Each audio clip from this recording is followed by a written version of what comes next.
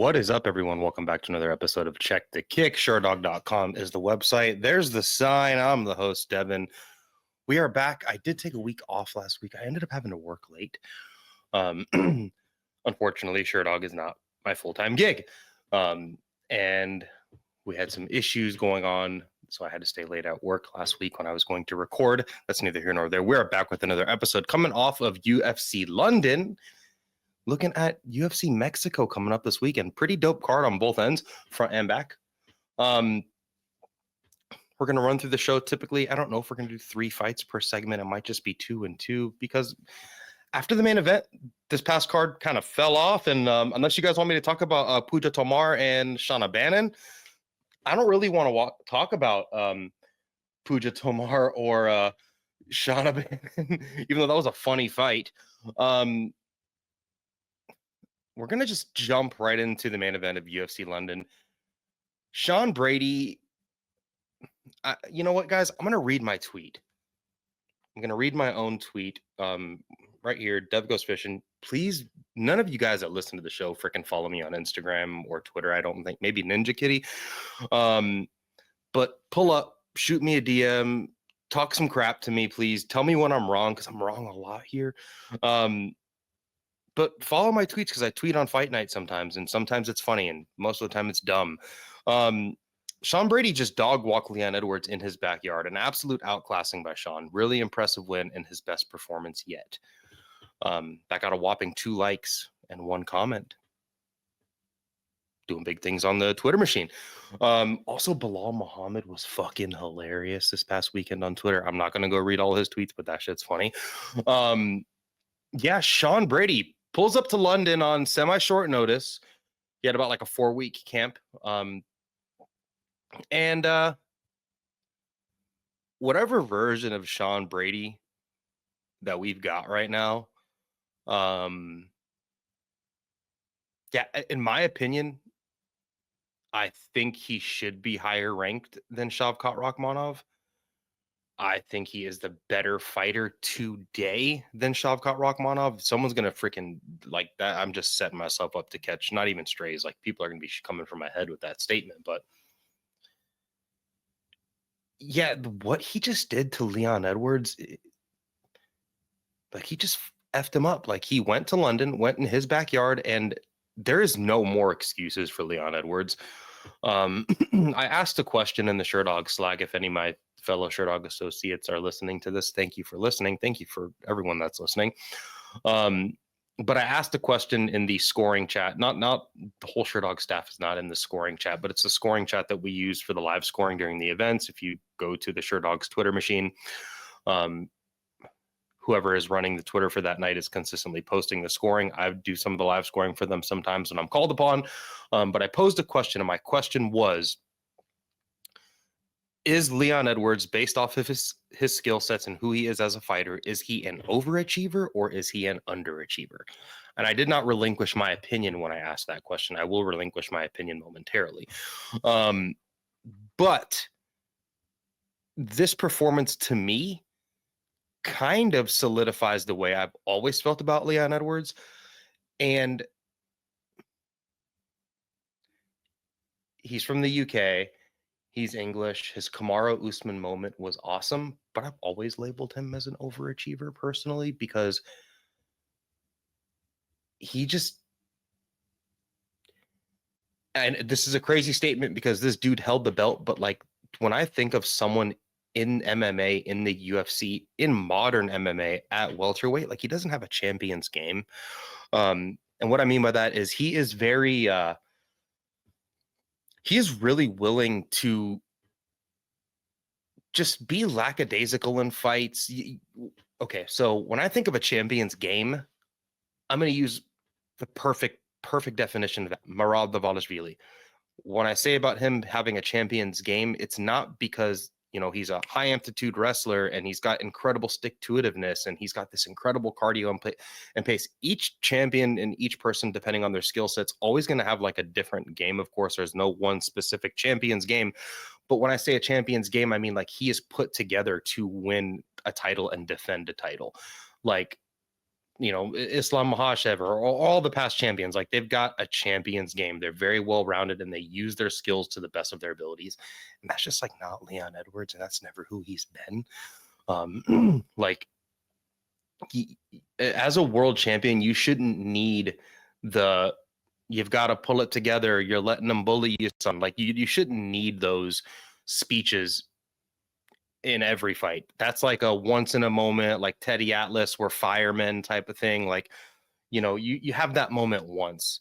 You should not have that moment in the last of your 5 fights.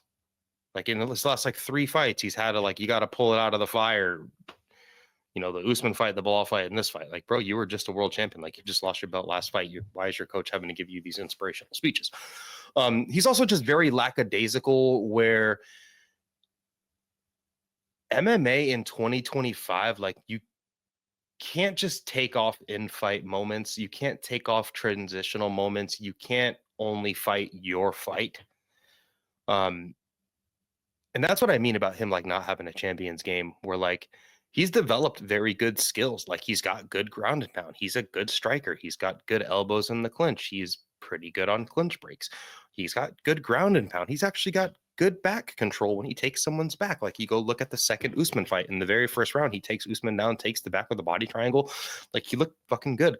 But Leon Edwards is going to lose every single fight that's, like, not his fight. And that's just, like, not a champion's game. A champion's game, you can have your fight with any opponent, and he just doesn't know how to do that. Like, this was a Sean Brady fight, and if Leon Edwards wanted to win this fight, he was going to need to make it a Leon Edwards fight. And in this division, against these types of dudes, especially like who's coming up, I don't know, man. First round, they both did really well, but I did think that Brady just got the better of him even on the feet. Like, there was one moment where he like buzzed him with this like blitzing combination. I really like Brady's approach here. He really leveled up. Like, Brady is a dude that is getting better, and that's just dangerous. Like, clearly Bilal is the best welterweight in the division. Like, there's no questioning it, even with his age and everything. Like, look what he's done, look how he's done it.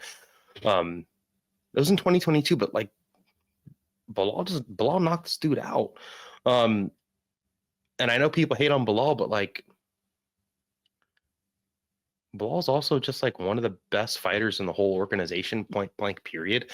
And Sean Brady is definitely getting there. And Sean Brady is probably like one of the top 5 best grapplers in the UFC right now. He's not a great wrestler, but like his mat wrestling and his mat grappling is really incredible. He's an okay wrestler, but his like where his skills really, really shine is just transitioning from position to position on the ground. First round of the fight was pretty close up until he got that takedown. Second round of the fight was just like 10-8. I scored that one at 10-8. Immediately, like, this is what I mean by lackadaisical. Like, Leon, you're in your backyard, man. You got this crowd here. You're at the O2 Arena. It's been a fucking snoozer of a card, pretty much. And you just had this close first round. You want your shot at Bilal. And he just like started the round, and he's like not putting any pressure. He's not owning the cage, and he just lets Sean Brady run him down and get a double leg right against the cage. Like, he just backs straight up in a straight line. Like, those are the little lackadaisical moments where he just gets caught slipping in tons of his fights, where you just got 10-8'd. And pure dominance on the ground. Sean Brady needs to work on his ground and pound, because if he could develop if this dude had like a Khabib ground and pound where like he's leaving dudes in like a bloody stuff, he'd be a real true. I mean, he's already a problem, but he could just even higher, elevated. And it's coming. His ground and pound looked pretty good in this fight, but his just control, like, and Leon looked fine surviving, but on the ground with him, Sean Brady, like, you're just surviving. Thrown down to the fight, Leon Edwards just shoots like the worst takedown and just gets stuffed, kind of gets pancaked. And there was one moment in the third round where like Leon's like trying to post up on two hands, he gave up full mount and then he gave up back and then he just transitioned to the back. So he gave his back so he wouldn't be in, full mount anymore. And like he's trying to like post up and Sean Brady's landing ground and pound. And then he just like punches out the post arm from Leon Edwards. I thought that was really dope too. I think that takedown was shot sort of out of just like, I don't know, man. That was like Chris Weidman spinning back kick against Luke, like Luke Rockhold. Just a bad decision in a fight in your own backyard, man. Where like you just had you're letting them bully you, son speech, and I'm not here to like bag on Leon Edwards. But dude, like 48 hours ago, you were doing press and you were like, I beat Bilal Muhammad 9 times out of 10. Literally just a ton of excuses, and I hate to say that. So what's now? What is it now? Was it like the staph infection on your elbow? Was it a bug bite? Was it? I mean, this fight was on time, like a normal time. I don't know. Sean Brady said Leon and his team were being like really weird all fight week, and he didn't like it, but that's that's whatever. But frick, I was just unpleasantly surprised by Leon Edwards' performance and his approach to this fight, but pleasantly surprised by Sean Brady. He's just he's a dynamo on the ground. In the fourth round, the way he got that guillotine from mount, you could hear, shout out to Paul Felder, and I don't hear anyone talking about this, but Paul Felder, like, he's like, look how he hides the hand under his hip. And like Sean Brady's so huge too. Leon Edwards is like making fun of his height and stuff. I'm literally exactly 6 feet tall, probably 5'11 and a half. Like, I'm not a very tall person. But Sean Brady's shorter than me, but he's like fucking this wide, homie. He's twice as wide as me. But the way that Sean Brady was like, the way he sets up that guillotine, he starts it off as like a one-arm guillotine from the mount, and he's like using his like shoulder and back muscles. These are muscles that I don't even got. The average person don't even got these muscles. And he's got his head like wedged under, and he's slowly getting his arm in. And you can see Leon is just like getting absolutely. If you're listening on audio, you didn't see my, choke, but he was like, homie was getting choked real bad.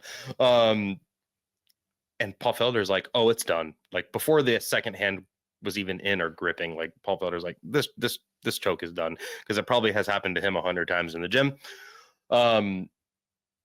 Yeah, and he submits Leon Edwards and just kind of wrecks him. This is what I expected, like a prime Colby Covington to do to Leon Edwards, like if Colby was in his prime when they fought, but he just wasn't. This was just an incredible performance by Sean Brady. I don't want to dunk on Leon Edwards, because that also, speaks negatively of Sean Brady, and that's just not the case. Like, he really showed out in this fight. He looked real good. I don't know what Leon's gonna say after this, but like, he's not getting any more of these like fights in the O2. Like, that's not gonna happen. I don't, he's gonna be stuck probably like on an Apex card, main eventing against like Joaquin Buckley, or if Carlos Prates ices Jeff Neal, he'll be fighting Carlos Prates like on a main event. Sorry, on a main card somewhere, but not be the A side. And he was holding on to a golden ticket. Like, he had his ticket with that Kamaru Usman head kick, but it was a good moment. But go watch that fight. Like, Leon Edwards needed a speech to pull out of the fire. Those were his coach's words. But like as a championship level fighter, like you shouldn't need these like heroic speeches to tighten up your boots, for lack of better terms, and go to work 3 rounds into a fight. And if this is how Leon Edwards performs against the contenders ranked behind him, he doesn't have a chance to touch the belt again. There's no way. Not with the way this fight, not the way that this fight, his last 2 fights, he's real removed from the title. And if you're a UK fan or you're a Leon Edwards fan, I hate to break it to you, but like he's not going to get an A-side matchup in his next fight. He will be used to try to make another star, mark my words. Sean Brady kind of jumped Shavkat Rakhmonov in my opinion. Like, I think Sean Brady's resume is now more impressive, even though he got knocked out by the champ 3 years ago in 2022. It's probably like 2.5 years ago. I don't remember exactly what, probably midway through 2022 when he had fought Bilal. I don't have his record up in front of me, but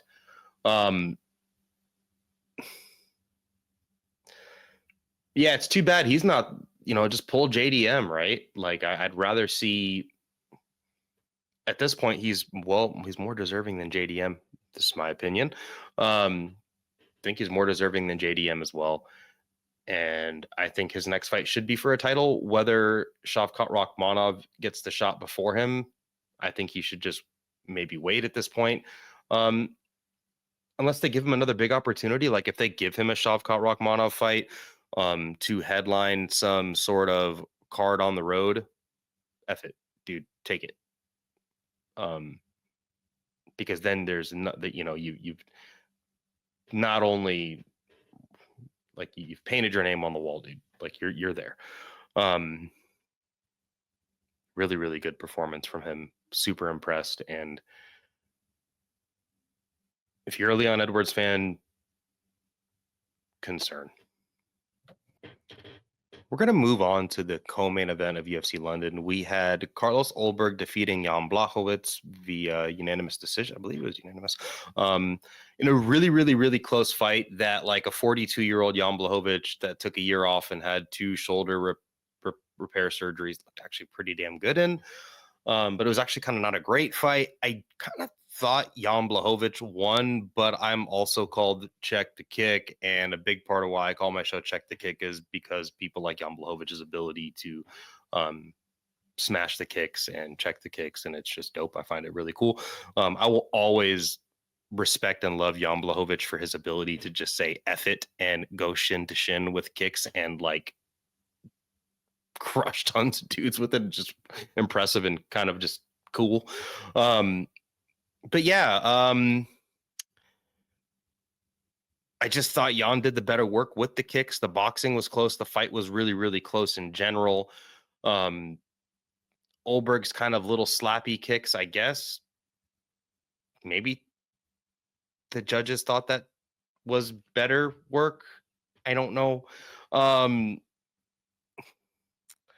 I feel bad for Jan because like he hasn't like won a legitimate fight since like the Adesanya fight, because I'm not including the Rakic fight. He won that fight, but it's via injury.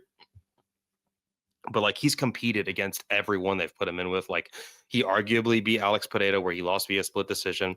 Arguably, there's an argument you can make for him beating the current champion Magomed Ankalaev. So he was a champion, and that's two former and current champs.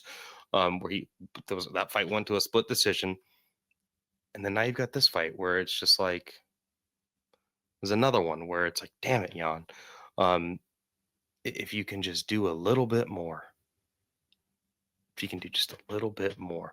And he's 42. Like he looked great for a 42-year-old guy. His kicks were still there. His boxing looked okay. He was cutting the cage off against Ulberg. This is, by the way, like MMA fans, like if you disarm Carlos Ulberg's check left hook, like this is his game. He's got a real nifty check left hook, especially off the back foot, and he kind of whipped it at Jan Blachowicz a couple times, and none of it really landed clean. I think he might have landed one. He'll like, he'll set it up and he'll dip off. And sorry, I'm in a rolling chair, but he'll dip off and throw the hook at an angle. And he's very slick with that check hook. I would love to see him be like an ambidextrous fighter and be able to throw that hook with both lead hands. But then I'm asking for too much, and then I should just watch boxing. But the way he can pivot off and kind of cut an angle and be really elusive. But once that gets disarmed, like once that gets taken away from him, his game kind of falls apart. And when I say falls apart, it's just like not nearly as effective.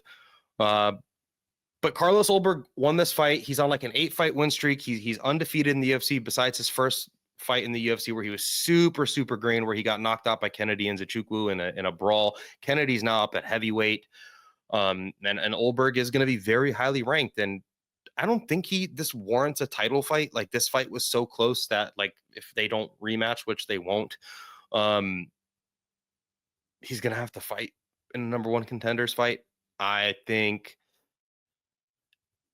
anyone with half a brain knows he needs to probably just fight Yuri Prochazka. It seems like Alex Pereira and Magomed Ankalaev are going to be rematching. Come to find out that Alex had like freaking RSV or like tuberculosis. Who knows? The dude's always fucking injured coming into fights, and like a broken hand. Like, yeah, dude, duh.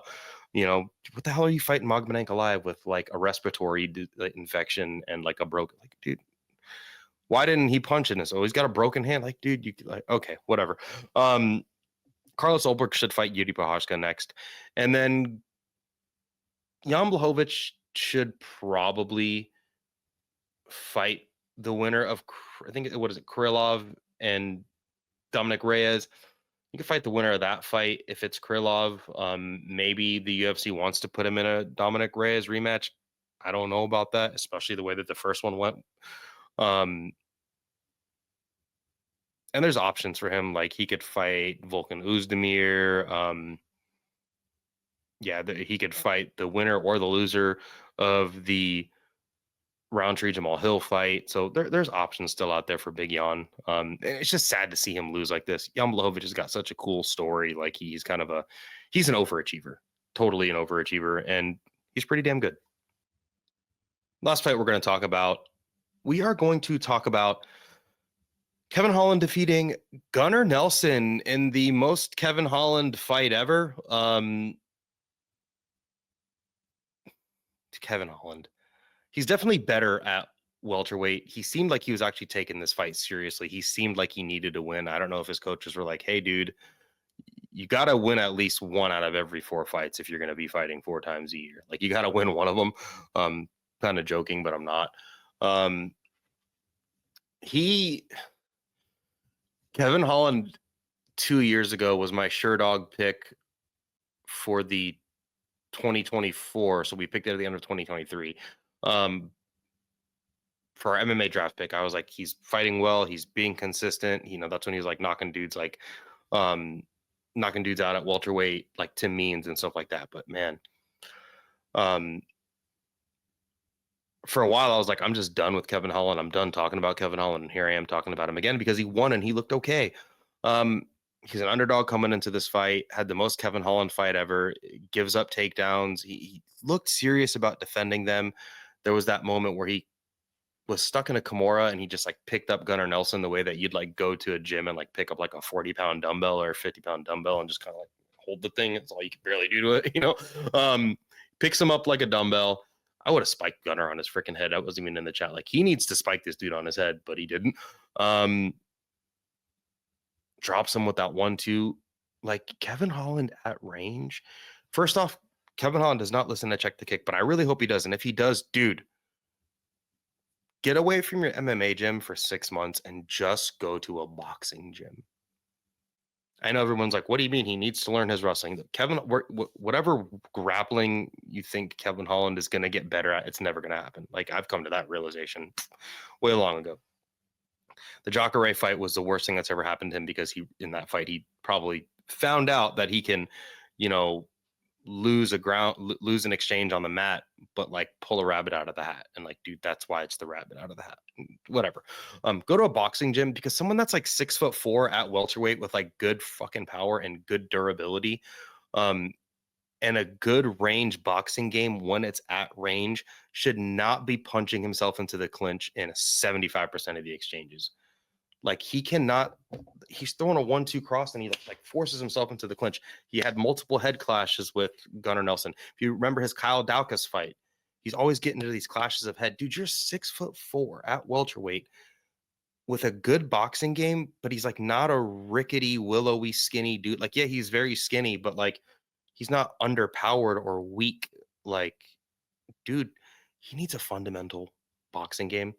He needs to learn boxing fundamentals. Like if he could figure out like a nifty check hook like Carlos Ulberg and figure out how to like not just crash, like, dude, box from your range and then leave the exchange. Like you don't have to throw punches and then close the distance and smash into your opponent. Like you can throw 2 shots and then angle off. Like, bro, just Google L step boxing. I'm just saying.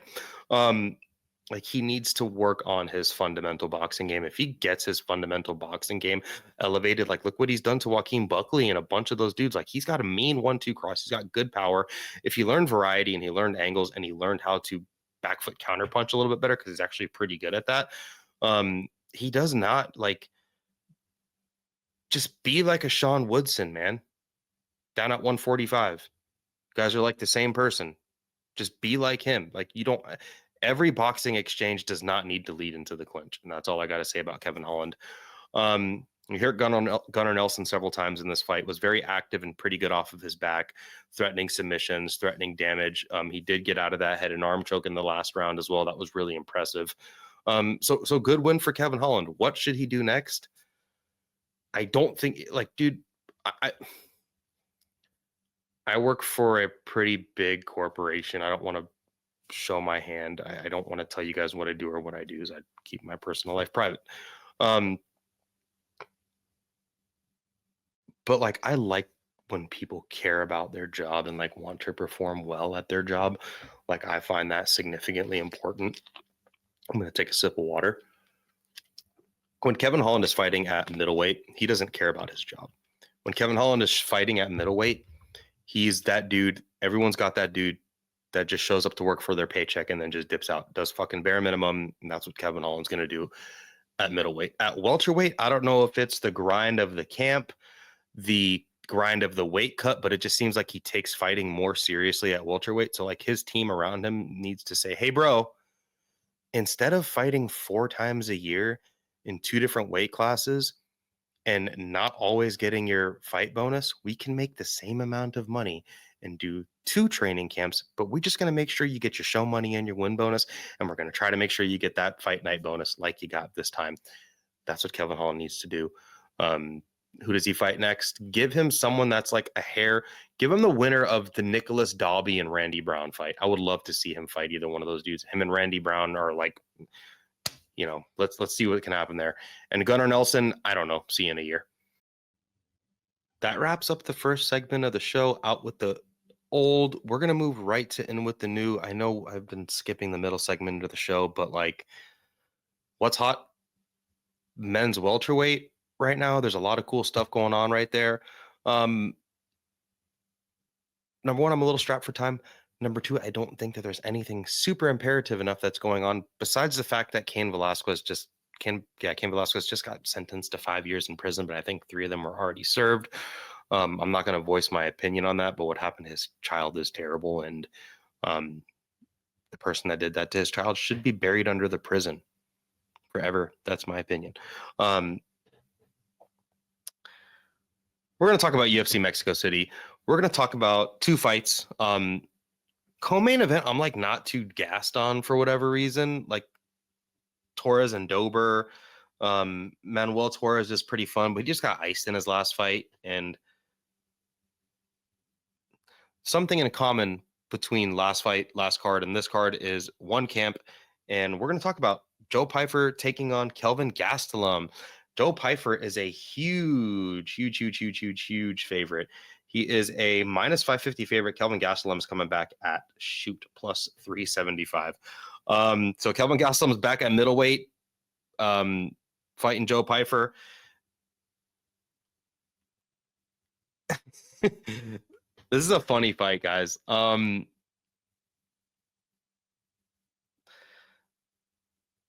Pyfer is 6'1". He's a big boy. He's gonna like absolutely dwarf Kelvin Gastelum. And Joe's coming off a pretty good win where he absolutely deaded Marc-Andre Barriault. He did lose to Jack Hermanson back in 2024. It's been over a year since that happened. Before that, he knocked out Gerald Meerschaert, knocked out Amadovsky, knocked out Osman Diaz, who just kind of had a pretty good win in the UFC.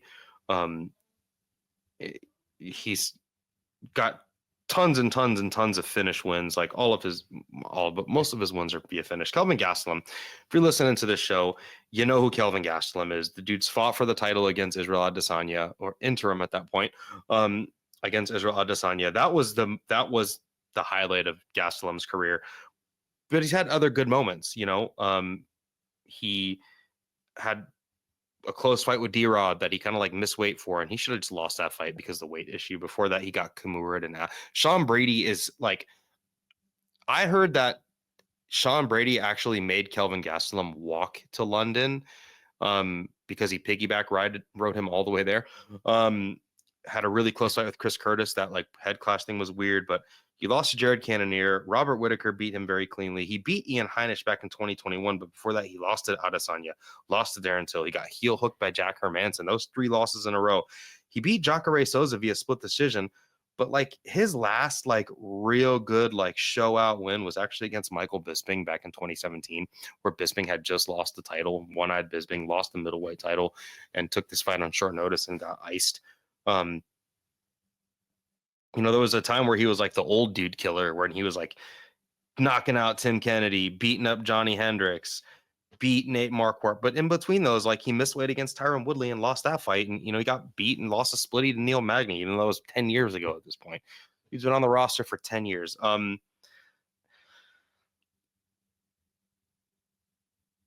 Kelvin Gastelum, old Kelvin Gastelum, the one that fought Israel Adesanya, could potentially give Joe Pyfer issues, but Joe's going to come out. He's going to be a little bit more calculated. His like main bro training partner just won the biggest fight of his life. And I think Joe's about to do the same. He's on the main card. He's third from the top. He's the featured fight. And I think they're using this opportunity to try to build Joe Pyfer, the name of Kelvin Gastelum, the dudes Kelvin Gastelum's fought. Is he going to be the first dude to knock out Kelvin Gastelum? I don't know, but his team has already prepared a fight camp for Kelvin Gastelum, so now they're watching tape on him a second time. They're going to pick up more stuff. You know, Sean Brady's approach is going to be very different than what Joe Pyfer did. Joe Pyfer's approach is going to be very different than Sean Brady's approach to this fight, but I don't think it makes a difference. I think I'm going to pick Joe Pyfer to be the first person to knock out Kelvin Gastelum. I think Kelvin Gastelum is going to be too confident with his hands. He's going to be severely outsized, and he's going to be outgunned in this fight. And an old Kelvin Gastelum might have been able to stand up to this a little bit better, but I don't know how serious Kelvin Gastelum is with his training camps. I remember one time, like, his main dietitian was his spouse. I don't know. He just gives me like a Paulo Costa vibe, but like not buff. Give me Joe Pyfer to knock out Kelvin Gastelum in the second round and be the first person to ever stop him with punches. Moving on. We got the main event. Main event of Mexico City. I believe this is at Mexico City. Oh, God. Yeah. Brandon Moreno has had trouble there before. I'm putting all the pieces together now. This could be not good for him. We got Brandon Moreno taking on Steve Erceg. Odds on this fight are... Brandon Moreno is a pretty big favorite, minus 195. Steve Erceg is coming back at, plus 165. This is an interesting fight. Erceg is coming off of a pretty violent loss where he was favored to win against Kai Kara-France, where he got absolutely fucking clubbed in the first round. Before that, he did lose a real close fight to Alejandro Pantoja. Before that, he did knock out Matt Schnell, but who doesn't? And he was kind of a guy that was like ranked like number 9 or 10 in the division, that got his title fight and looked real fucking good against the champion. Made a boneheaded decision kind of in the last portion of that fight and lost him the fight. Very similar to the aforementioned Kelvin Gastelum as well in his Israel Adesanya fight. He's taken on the assassin baby, one of the best names in MMA, by the way, and Brandon Moreno. Brandon Moreno is coming off of a win against Amir Albazi where he looked fucking awesome. Prior to that, he did fight Brandon Royval, where he lost that fight via split decision in the rematch, and that was at Mexico City at Elevation, and he looked like shit at Elevation. So now I'm really concerned because I'm just putting all the pieces together because I'm dumb. Before that, he lost a splitty to Pants. The Pantoja fight was really close. Before that, he beat Figgy. He finished Figgy, and then before that, he had that really dope body kick and punches win over Kai Kara France. Look, I'm not going to go through Brandon Moreno's career because if you listen to Check the Kick, you know who the hell Brandon Moreno is, and if you don't, turn off this show and just go watch his 19 fights with Davison Figueiredo for the most like entertaining shit ever. Now that you're back,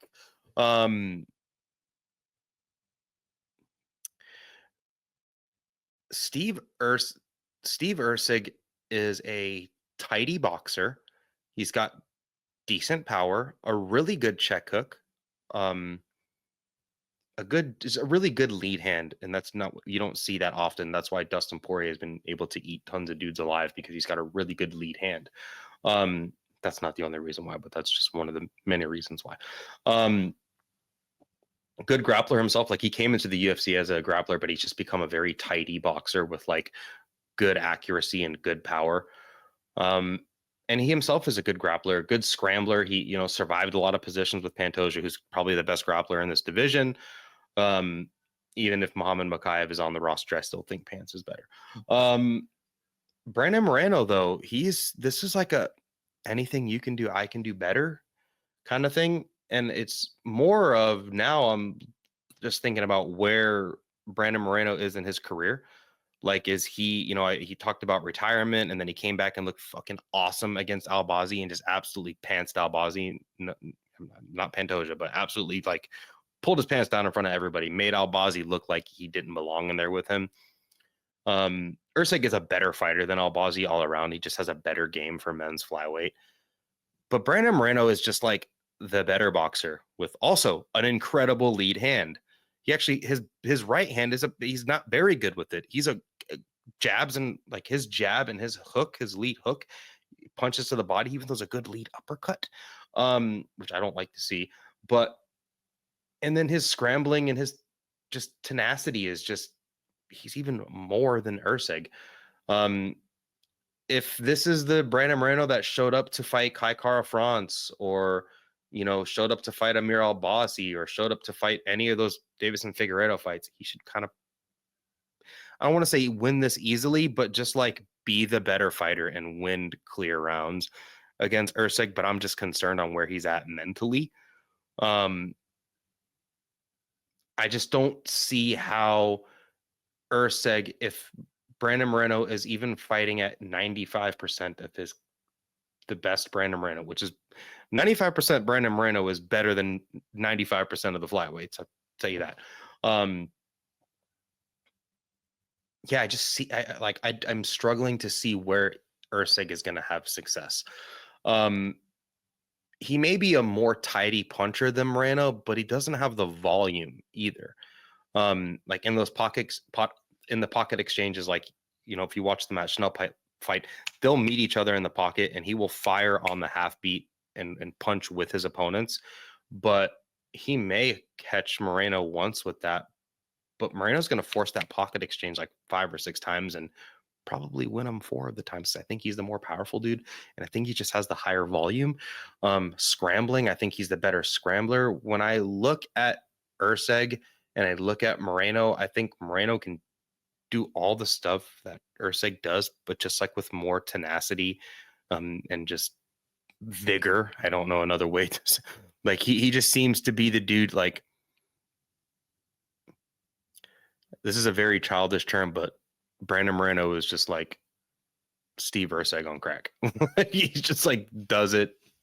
Just does literally, like, they got such similar games. Like, really tidy, good boxing, but like also a good scrambler with good submissions.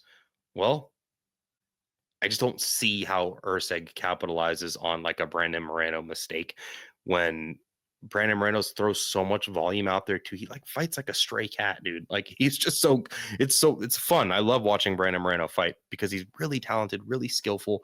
Um, he's got good power. He's hurt tons of opponents. He'll kick to the body, punch to the body. He's got more diverse attacks than Steve Erceg. He's got better volume. He's got better power. I think he's the better scrambler. He's got better submissions. I think Erceg's coming in on kind of short notice here too. I'm going to go with Moreno to win 4 out of 5 rounds. And then we just remember how good Brandon Moreno is. I do think he's going to win this fight. And that is the show, guys. Really appreciative for all of you guys always tuning in each week. Please, right here, reach out to me right here. Boom, boom. There is my handle on all social media, Twitter and Instagram. Those are the ones I'm on. If you have a question, you want to tell me I'm stupid for a pick, you want to tell me I'm right for a pick, that's not going to happen probably. I'm there. I'm all ears. Drop some comments below. Thank you guys for tuning in and enjoy the fights.